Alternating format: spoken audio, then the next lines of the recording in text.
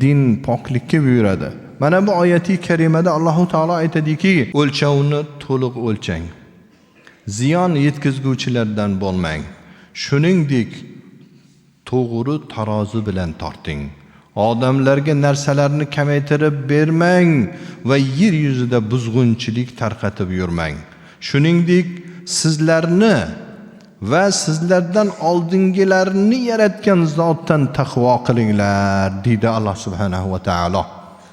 Mana bu oyati karimada o'lchovda to'g'ri o'lchanglar deyapti Alloh taolo. O'lchovda hamma narsa kirib ketadi. Metr o'lchami, litr bormi, hammasi kirib ketadi. Va to'g'ri tarozida tortinglar deydi.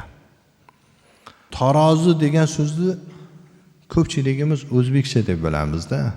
Tarozi degan so'z o'zbek tilidagi so'z emas.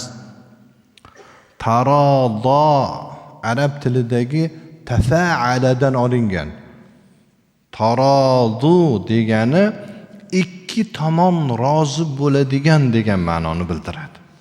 Tarozi shunchalik to'g'rilik ramziga aylanib iste'molga o'zini nomi bilan shu iste'molda qolganki, tarozu degani ikki tomon bir-biridan rozi bo'ldi degan so'zdan olingan.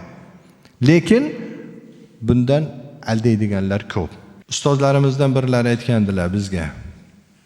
Dunyoda hech qachon zulmkor bo'lmanglar. Birovning haqqiga xiyonat qilmanglar. Mazlum bo'lsalaring bo'linglar, zolim bo'lmanglar degan edilar. Agar mazlum bo'lsang, olasan haqqingni. Shu dunyoda ham olasan, oxiratda ham olasan degan.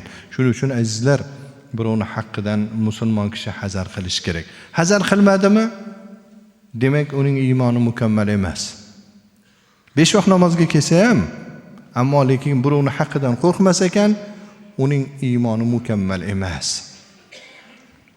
Payg'ambarimiz janobi Rasululloh sallallohu alayhi va sallam aytadilar: kim bir musulmon kishining molini nohaqdan olsa, Alloh taolo unga g'azab qilgan holatida Alloh taologa yo'liqadi.